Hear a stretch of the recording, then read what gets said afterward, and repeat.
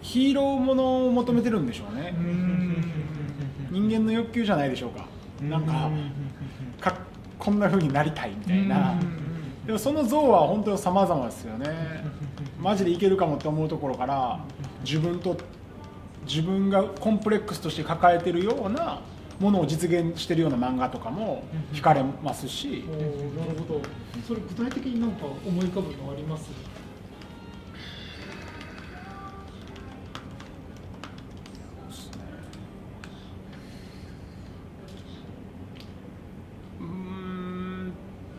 まあ、ドラゴンボールはでもやっぱそういうとこあるかもしれないですね。悟空ちょっとピュアすぎるじゃないですか。確かにやっぱもっと人間のこの腹黒いところっていうのがなんかこんな風なピュアにもっとなれたらいいなみたいな目指したいところですよね。なるほど。完璧なヒーローじゃないですか、悟空って。だからキントーン乗れるっていうのはすごいと思うんですよ。そうですよね。はいはい、心が綺麗じゃないと。普通はクリリンみたいな亀仙人みたいに落ちちゃうんで、まあ一例ですけど、ああいう悟空はベタですけどやっぱり世の中が最も手本としないといけないヒーローなんだろうなって僕思いますね。悟空ってあんまり目的とかないじゃないですか。戦うのが好きみたいな。やっぱちょっと本田さんとはだいぶ違いますよね。そうなんですよ。で一方でなんかダークというか、まあちょっと裏を支えるベジータも好きで、ベジータなんかの方がどっちかというと僕寄りで、なかなか不器用なめっちゃところがあってなんか共感できる部分はあったりとか、サポートしたくなるんですね、ベジータは。面白い。なるほど。キングダムとかも結構、はい、めちゃ見ますね。今一番好きと言っても過言ではない。今読んでる漫画では。ちょっとでももう理由を語るのは難しいぐらい普通に引き込まれてますね。何なんですかね。でもまあ中国の僕は蒼天航路という三国志の曹操猛徳が主人公の漫画も大好きなんですけれど、まあそれよりさらに遡るのが秦の始皇帝なので、それをモデルにしてるのがキングダムじゃないですか。ちょっとこう個人的に卑怯だなと思ってて、昔すぎてちょっと戦国時代のパフォーマンスがちょっと非現実的なんですよ。これが日本の戦国時代だとめちゃリアル。その差はあるかなって。日本の戦国時代がどうあがいても中国の戦国時代にちょっとある意味では勝てないのはそのフィクションの差かなと。言ったもん勝ちやみたいな、それ残ってないやろ絶対みたいな。ファンタジー入れ放題ですよね。確かに。そういうなんだろう、ある種ファンタジー的な側面はすごい好きっていうか、好きです。めっちゃ好きです。もう言葉いらないですよね。僕がバキとか、だからそう幅広いんですよ。サンクチュアリとか沈黙の艦隊側とまさにもうバキとか、その三国志とかもそうですけど、キングダムもそうですけど、もうフィクションが入ってるような、もうバッサリパワーみたいなのもめちゃめちゃ好きです。でそこにコメントとか入れてほしいです。それに今惹かれてます。キングダムは言語化とそのいわゆるアクションのところが両方いいですね。なるほど。それ超わかります。言葉数あんまりありすぎる。だから言葉数が多いページがあってもパートがあってもいいと思うんですけど、やっぱりバランスじゃないですかね。ずーっとじゃあ缶開けてから最後まで長くて好きな、例えば「ハンターハンター」とかもあるんですよ。めっちゃ長いんですね。でも好きなんですよ。全部読んで好きなんですけど、でも個人的には好みのタイプとしてはちゃんと深い思考がある文字数があるところと、もう全然なくてもいいですね。アクションと一言とかでも意外にその時に鳥肌立ってます。キングダムはバランスがよく入ってる。いいですね。漫画によってありますよ。なんかブリーチすごい白いというか、なんかアクションがすごい多いとか、ハンターハンターもページ数多いですよね。ハンターハンターゴルゴ13多いですね。ミッション完遂するときはもうズキューンで終わるんですけどね、ゴルゴとかそれまでの前振りめちゃ長いっていう説明が面白いですね。キングダムなんか僕まさにまだちょっと読んでる真っ最中でまだ20巻ぐらいで止まっちゃってるんですけど。なんで止まるんですかその気持ち全然わかんないですね。なんで止められるのか止められるのかがわかんないですすぐ行かないといけないんですけど、っていうところで今ちょっとどれだけわかるかわかんないですけど、なんか特になんかそのいいな一番好きなシーンだったりとか、ここがなんだろう深く刺さったみたいなシーンってありますか？特にっていう。いっぱいありすぎてね、もう王毅が死んだところからもちろんですし、一番多分最初のでかいフェーズはそこだと思うんですね。でそこでなんか盛り下がってる人が結構いるんですけど、いやいやそっからやろみたいな。そっからですよね。それはそっからですね。でそうですね、名前がだからなかなか出てこないやつもいるんですけど、顔はもうバンバン出てるんですけど、本能で秦をこう秦と同じようなタイプの大将軍いましたよね。本能系の本能型ので、あの人が死んだ時とかもめちゃくちゃ感動でしたし、でその最近の前の秦の本拠地のところでの戦い、本拠地なんていう名前やったかな、そこのやり取りはもうめちゃくちゃ盛り上がりましたよね。歓喜とか、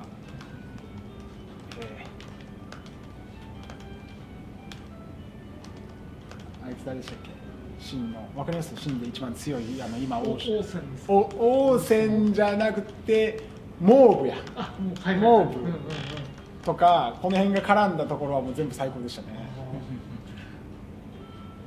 モーがギリ分かります。僕は秦はねあんまりタイプじゃないんですよ。あ、そうなんですね。あ、そうなんだ。はい。なんでですか？なんかね、結局悟空には勝てないですよね。要は正義のピュアで、まあ主人公。もうそれはもう悟空で僕お腹いっぱいになってるんで。なるほどなるほど。どっちかっていうと王翦とか、まだまだ引き出しあるんじゃないかみたいな、いつだったら本気出すみたいな、でようやく最近動いてるじゃないですか。で李牧ももう完璧すぎて、僕は李牧はもう諸葛亮孔明にかぶるんですけど、三国志でいうちょっとなんかもうお腹いっぱいなんですよ。もうその完璧な参謀系はもう知ってるみたいな。確かに軍師タイプはよくね出てきますよね。で歓喜とか、残虐なんですけど、もうセンス抜群すぎて、サッカーに置き換えたらこいつ鬼のファンタジスタなんやろなみたいな。でもこういうやつばっかやったらチーム絶対機能せえへんなみたいなのが、なんか僕こうサッカー、ビジネス、漫画をそれぞれ組織論に置き換えてなんか考えたりしてやってますね。なるほど。じゃあ漫画からビジネスとサッカーにそうですね。あるんですね。組織論っていう意味では全部一緒なんじゃないかなと思います。軍隊か株式会社かチームかってだけなんで。面白い。なんか漫画読んでてなんかそれこそ参考にされたポイントとかってあります？いやでもそれヒーローものの人間性とかじゃないですかね。やっぱキャラクターのその持ってる性格は多分無意識になんかもう僕めちゃめちゃその辺なんかもうすぐ真似するんで、子供の時とかだって僕有白書に影響されてレーガン打ってましたもん。あと武空術使えんじゃないかなと思ってなんとか集中して何回も宙に浮こうとしてました。めちゃくちゃいいですね。それはすごくわかるんですよ。僕もなんかやってた記憶がすげえあります。やります。レーガン違う、あれ5回しか打てないですよ。だからもう2回打ってあと3回やとかってなりきってるんですよ。あと3発だからどこで使うかまだ午前中やぞとか思いながら。なるほど。それで言うとなんだろうな、サッカーをされてて変な質問になっちゃうんですけど、なんかそれ悟空とかやっぱりいないんですかね。悟空みたいなピュアな人とかって現実で。本当の世界ですか？本当世界で。いや悟空はねなかなかいないっすよね。悟空いたらただの子供が大人だっただけなんで、サッカーって特にいないなと思っていて、というのもサッカーって足でするスポーツなんで失敗体験が人より多いんですよ。はいはいはいはいはい。足です。僕いつもなんかビジネスの記事とかでもいつもこう自慢をすることが一つあって、失敗の数だって言うんですけど、それはそのサッカーの特徴なんですよ。足はバスケットみたいにあんなにうまく投げれないんで、足はもうミスするのにもめちゃめちゃミスが多いんですよね。はい、やっぱ神経が通ってないんで、いくら子供の頃からサッカーしててもいまだに10日間ぐらいボール蹴ってないと、久しぶりに蹴ったら素人みたいなミスとかもするんですよ。それで日本代表やってるんですよ。現実ですよ。まあだから最もスポーツの中でミスが多いスポーツで、僕なりの仮説でなぜサッカーが最も世界で人気があるスポーツの一つかというと、人生もミスの連続じゃないですか。そのサッカーのミスっていうものに共感してる部分あるんじゃないかなと思ってて、もちろんお金がかからなくてサッカーがやりやすいとかっていうのもありますよ。貧しい国でも試合がやりやすいですよね。でも一方でやっぱりその見ていて、月曜日から金曜日、海外ではもう大体土日はみんなサッカーの応援行くんですけど、ヨーロッパは特に月曜日から金曜日、まあ生活を生計立てるために、まあ好きな仕事だけじゃないものもやってお金を稼いでるわけじゃないですか。で、嫌な上司のもとに仕事をしてる人もたくさんいたりとか、その中でミス起こりますよね。でもストレスになってるわけじゃないですか。でも土日その趣味である応援したいサッカー行くと、もっとミスするプロの選手がいるんですよね。なるほどなるほど、面白い。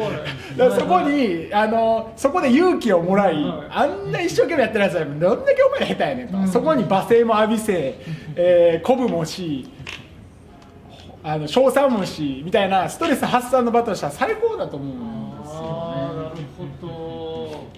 置き換えて漫画もやっぱ主人公失敗しない漫画って人気が全然出ないらしいんですよ。でちゃんと失敗させないとダメっていうのが編集者の人言ってましたね。共感なんですよ、そういう意味ではね。そうですね。なるほど。面白い。逆にというか、なんかその事前に桑木さんから本田さんが読まれてる漫画とか多少リストをもらったりしたんですけど、サッカーの漫画っていうのはあまり読まれない。いやいや読んでますよ。あ、そうなんですか。読んでる。ただその、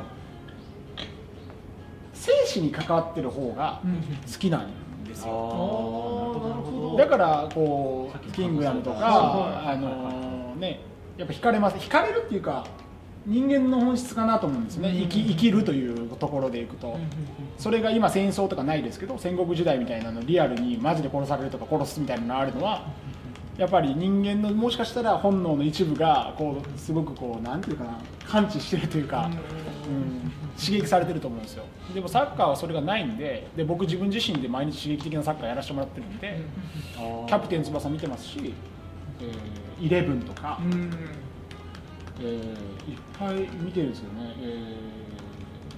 なんですかね、リベロの武田、昔のっていうとね、最近っていうと何見てるかな。なんか逆に聞いてもらえないですか。どういう漫画あります？青足とか。青足も少し見てますね。青足も少し見てます。ジャイアントキリングも少し見てます。全部は見てないですけど。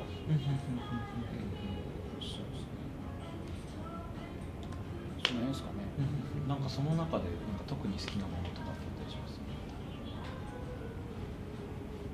でも今キャプテン翼は影響されましたね。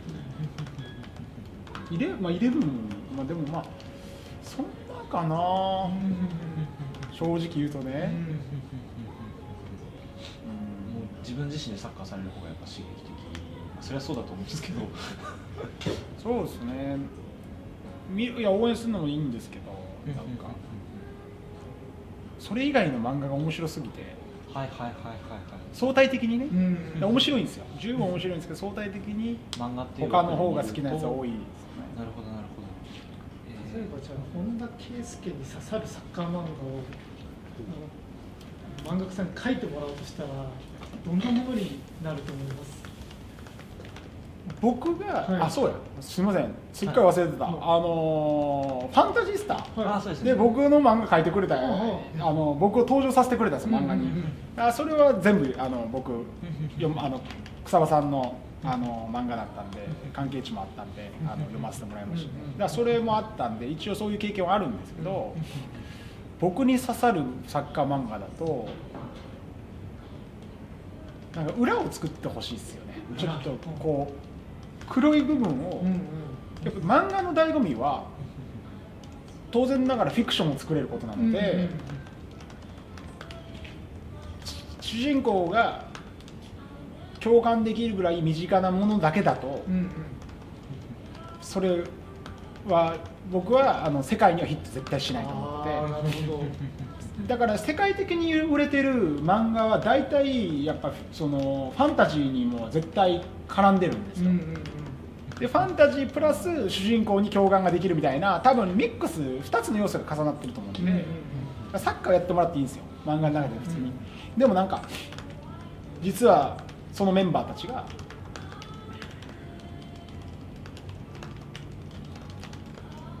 実は国家的な任務を渡されてて、表上はサッカー選手なんだけど、裏のミッションが実はあるみたいなのが、とかね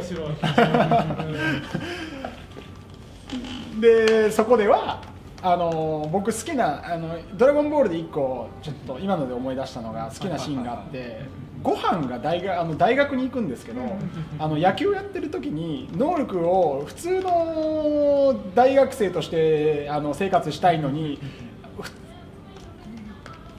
ホームランのボールを外野でキャッチしたらもう8メートルぐらい飛んでみんながあれとか、ほんで軽くどれぐらいゆっくり投げたのにめっちゃ強すぎるとか、ほんでデッドあんま打たんように打つつもりなくバットを振らんかってデッドボールを避けずにやったらそれも痛がってないくてもうビビられてるみたいな、なんていうんですかね、サッカー選手も特殊能力全部持ってて裏ミッションがある特別なやつらばっかなんですけど、表上はサッカー選手としてプレーしないといけないという任務を与えられてるやつらなんで、バレへんようにプレーしろみたいな感じなんですよ。ところどころ出ちゃうみたいな、お前出すなみたいな怒られつつ総理大臣とかからめちゃくちゃ面白そうです